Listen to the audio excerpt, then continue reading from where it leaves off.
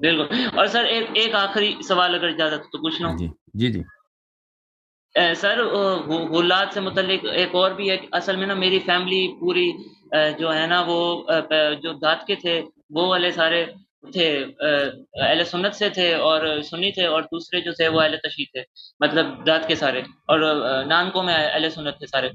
تو انہوں نے تو وہ نا ایک اکثر آیت کی تفسیر کرتے ہیں کہ یہ کائنات کو، زمین آسمان کو اہل بیت طاہرین علیہ السلام نے خلق کیا، یہ کیا وہ کیا۔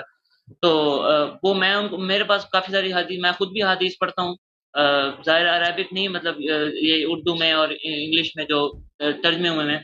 تو آپ کچھ جی احادیث مجھے دکھا دیں جس میں انہوں نے اس چیز کی نفی کی ہو کہ ہمیں بالکل بھی ہم نے نہیں کیا، نہ ہی اللہ تعالیٰ نے، اور نہ ہی یہ اس بات پہ زیادہ فوکس کہ اللہ تعالیٰ نے ہمیں یہ چیزیں تفویض نہیں کی، یعنی تفویض زیادہ تر کیا فوکس چیز ان کا تفویض نہیں تفویض، کیا ہے؟ دین اس کا خلق کرنا کائنات کو، ہاں یہ تو بہت ساری زمین۔ احادیث میں ہے نا۔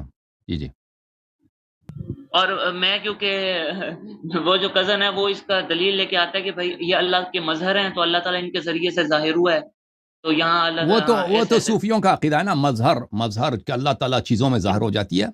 یہ تو اہل اسلام کا عقیدہ ہے نہیں، یہ اہل تصوف کا عقیدہ ہے، یہ کرسچن لوگوں کا عقیدہ ہے کہ اللہ ہر چیز میں ہے، اللہ مختلف چیزوں میں ظاہر۔ یہ ہندوؤں کا ہے کہ بھگوان ہر چیز میں، آپ نے سنا ہوگا ہندو کہتے ہیں نا بھگوان ہر چیز میں، یہ ان کا عقیدہ ہے۔ یہ مسلمانوں کا عقیدہ، پیغمبر صلی اللہ علیہ وسلم کا عقیدہ نہیں ہے کہ اللہ مختلف چیزوں میں ظاہر ہو جاتا ہے، یا یہ چیزیں بس یہ اللہ کی مظہر ہیں۔ دیکھیں یہ مسلمانوں میں بالخصوص شیعوں میں یہ اصطلاح بہت بہت رائج ہے، اہل سنت میں بھی رائج ہے کہ فلان چیز اللہ کا مظہر ہے، فلان چیز اللہ کا مظہر ہے، فلان چیز اللہ کا مظہر ہے۔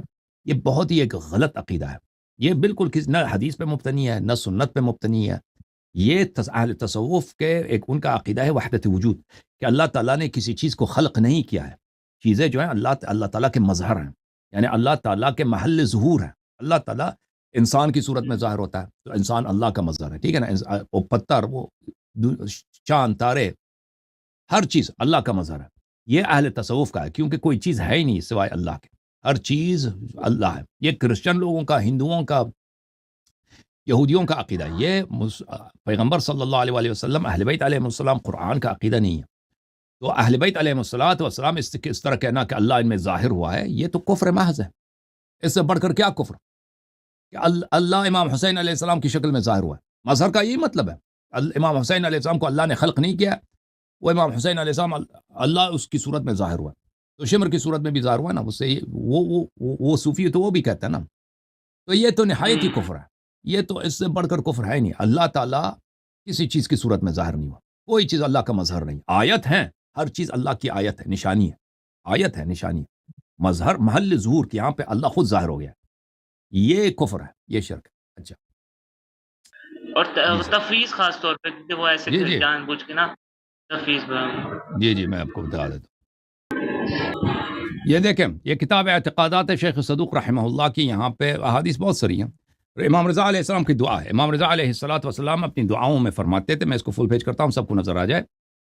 اللہم انی ابرأ الیک، اے اللہ تعالیٰ میں براعت کرتا ہوں، میں بیزار ہوں، میں لعنت کرتا ہوں ان لوگوں ادعاؤ ما لنا ما لیس لنا بحق، جو ہمارے لیے جو ہمارا حق نہیں بنتا وہ ہمارے حق میں اس کا ادعا کرتے ہیں۔ اللہم انی ابرأ الیک من الذین قالوا فینا ما لم نقلہ فی انفسنا، اے اللہ میں ان لوگوں سے بیزار ہوں جو ہمارے متعلق وہ باتیں کہتے ہیں جو ہم اپنے متعلق نہیں کہتے۔ ایک حدیث میں بھی نہیں ہے کہ اہل بیت علیہم السلام خلق نے پوری دنیا کو خلق کیا ہے، یا کسی چیز کو خلق کیا ہے، یا وہ رازق ہیں، ایک حدیث میں بھی نہیں ہے۔ یہ غلات کے احادیث میں، غیر معتبر احادیث میں۔ اللہم لک الخلق، اے اللہ خلق تو صرف تیرا کام ہے، ومنک الامر، اور حکم بھی تیرا ہے، وایاک نعبد وایاک نستعین۔ اللہم انت خالقنا، اے اللہ تو ہمارا خالق ہے، وخالق آبائنا الاولین وآبائنا الآخرین، اور تو ہمارے پرانے آبا و اجداد کو اور ہمارے ریسنٹ آبا و اجداد سب کا تو خالق ہے۔ اللہم لا تلیق الربوبیت الا بک، اے اللہ ربوبیت یہ تیرے سوا کسی اور کا لائق ہی نہیں ہے۔ ولا تصلح الالہیت الا لک، اور الوہیت صرف تیرا ہے۔ فلعن النصارى، نصارہ کو لعنت فرما، الذین صغروا عظمتک، جنہوں نے تیری عظمت کو چھوٹا کر دیا ہے۔ عیسیٰ علیہ السلام کو اپنا رب بولا ہے۔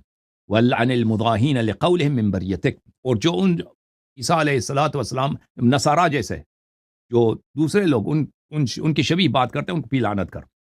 اللہم انا عبیدک و ابناء عبیدک، اللہ ہم تیرے بندے ہیں اور تیرے بندوں کے بیٹے ہیں. لا نملک لنفسنا ضرا ولا نفعا ولا موتا ولا حیاتا ولا نشورا، ہم اپنے جانوں کو نقصان پہنچاتے ہیں، نہ فائدہ پہنچا سکتے ہیں، نہ موت دے سکتے ہیں، نہ زندگی دے سکتے ہیں، اور نہ زندہ کرا سکتے ہیں مگر تیری اجازت کے ساتھ.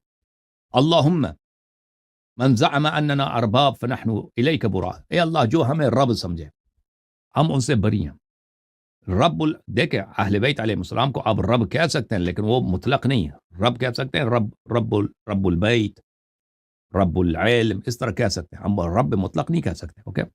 ومن زعم ان الینا الخلق وعلینا الرزق، اے اللہ ہم لعنت کرتے ہیں، بیزار ہیں ان لوگوں سے جو کہتے ہیں کہ خلق کرنا ہماری ذمہ داری ہے، رزق دینا ہماری ذمہ داری ہے. دیکھیں اہل بیت علیہ السلام، یہ تو اس کے احادیث دلائل بہت زیادہ ہے کہ کوئی اللہ کے علاوہ کوئی خلق نہیں کر سکتا. ٹھیک ہے نا.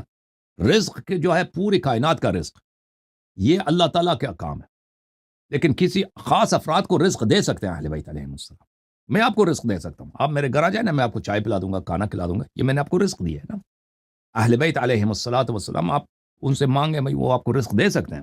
ٹھیک ہے نا. لیکن یہ جس رزق کی نفی ہوتی ہے کہ یعنی ہر چیز جہاں پہ بھی ہے، پرندے، حیوان، جہاں پہ کوئی کسی کو رزق مل رہا ہے تو یہ رسول صلی اللہ علیہ وسلم ادھر بیٹھے ہیں، امام علی علیہ السلام بیٹھے ہیں، وہ اس رزق بانٹ رہے ہیں. یا مثلاً جو چیزیں بنتی ہیں، کسی کی اولاد ہوتی ہے، کافر مسلمان دنیا میں، یا حیوانات پیدا ہوتی ہیں نا، یا پہاڑیں پیدا ہوتی ہیں، جھیل پیدا ہوتا ہے، تو یہ ادھر پیغمبر بیٹھے ہیں امام علی علیہ السلام کے ساتھ، امام حسین علیہ السلام کے ساتھ، یہ مشغول ہیں، مصروف ہیں خلق کرنے میں، یعنی سب چیزوں کو انہوں نے خلق کیا ہے. یہ کفر ہے، یہ کفر ہے. اہل بیت علیہم الصلوۃ والسلام اگر کسی کی اولاد نہیں ہوتی، کوئی اس میں مرض ہے، کوئی بیماری، اس کو شفا دے سکتے ہیں تاکہ اس کی اولاد ہو. اولاد کو وہ خلق نہیں کر سکتے، اولاد کو وہ خلق نہیں کر سکتے. سمجھ میں آئی نا. اچھا، جو کہہ دے کہ خلق کرنا ہمارا کام ہے، رزق دینا، پوری کائنات کو رزق دینا ہمارا کام ہے، فنحن الیہم منہ برا، ہم اس شخص کے دشمن ہیں، ہم ان سے بری ہیں. براءت عیسیٰ علیہ السلام من النصارى، جیسے عیسیٰ علیہ السلام نصارہ سے بری تھے. تو عرض یہ ہے کہ اہل بیت علیہ السلام سے آپ بالکل رزق مانگ سکتے ہیں، اولاد مانگ سکتے ہیں. جو چیز حرام ہے وہ یہ ہے کہ کہہ دیں کہ سب چیزوں کو انہوں نے خلق کیا ہے، یہ کفر ہے. ٹھیک ہے نا. وہ سب چیزوں کو وہ رزق دے رہے ہیں، یہ کفر ہے، یہ کفر ہے، یہ شرک ہے. جزئی طور پر میں آپ کو رزق دے سکتا ہوں نا، میں آپ کو ایک گونی دیتا ہوں آٹے کا، تو میں نے آپ کو رزق دیا ہے. تو امام علی علیہ السلام جن کے ہاتھ میں جنت الفردوس ہے وہ نہیں دے سکتا. ٹھیک ہے نا. جزئی طور پر ایک فرد کو اس کو حاجت دنیوی حاجت طلب کرتا ہے، وہ اعجاز کے طور پہ وہ کچھ کر لیتے ہیں امام علی علیہ السلام، جو ہماری سمجھ سے باہر ہے کہ یہ شخص ایک دفعہ مالدار ہو جاتا ہے. ٹھیک ہے نا. جو چیز منفی ہے، جو چیز مردود ہے، وہ یہ کہتے ہیں کہ وہ پوری کائنات کو رزق دے رہے ہیں، یا وہ کسی چیز کو خلق کر سکتے ہیں. خلق جزئی طور پر کسی چیز کو خلق نہیں کر سکتا، کوئی ایک ذرے کو کوئی نہیں بنا سکتا سوائے اللہ تعالیٰ. اچھا، پھر ملاحظہ کریں اس سے جو اگلا حدیث ہے. زرارہ نے کہا کہ میں نے امام جعفر صادق علیہ السلام کی بارگاہ میں عرض کی ہے کہ ایک شخص ہے عبداللہ ابن سبا کی اولاد میں سے، وہ تفویض کا قائل ہے. امام جعفر صادق علیہ السلام نے فرمایا بتاؤ کہ تفویض سے اس کی کیا مراد ہے. وہ کہتا ہے ان اللہ عز وجل خلق محمدا وعلی علیہم السلام، وآلہم السلام، اللہ تعالیٰ نے نبی کو اور وسیع سلام اللہ علیہما وآلہما، ان دونوں کو خلق کیا ہے. ثم فوض الامر الیہما، پھر تمام باتیں ان پہ چھوڑ دی کہ بھئی تم کر لو، سنبھال لو. فخلق، تو انہوں نے خلق کیا پوری کائنات، جنت، نار، 7 آسمان انہوں نے خلق کیا. ورزق، رزق دیتے ہیں، واحیا وامات، وہ حیات و موت بھی وہ دیتے ہیں. فرمایا کذب عدو اللہ، امام جعفر صادق علیہ السلام نے فرمایا یہ اللہ کا دشمن ہے، یہ کافر ہے، مشرک ہے، یا جھوٹ کہہ رہا ہے. اذا رجعت الیہ فقرأ علیہ الآیہ، جب اس کے پاس چلے جاؤ تو اس آیت کو پڑھو. ام جعلوا للہ شرکاء خلقوا کخلقہ، ان لوگوں نے اللہ کے شریک بنائے جو اللہ جیسے خالق ہیں. فتشابہ الخلق علیہم، کوئی ہے جو اللہ جیسا خلق کر سکے، تاکہ آپ کو یہ کنفیوژن ہو کہ بھئی یہ کوئی اور بھی خالق ہے، کوئی ہے جو خلق کر سکتا ہے. قل اللہ خالق کل شیء، کہہ دو کہ اللہ خالق کل شیء وهو الواحد القہار، اور اللہ ایک ہے اور سب چیزوں پر وہ مسلط ہے، وہ اس کی پاور اوور ویلمنگ ہے.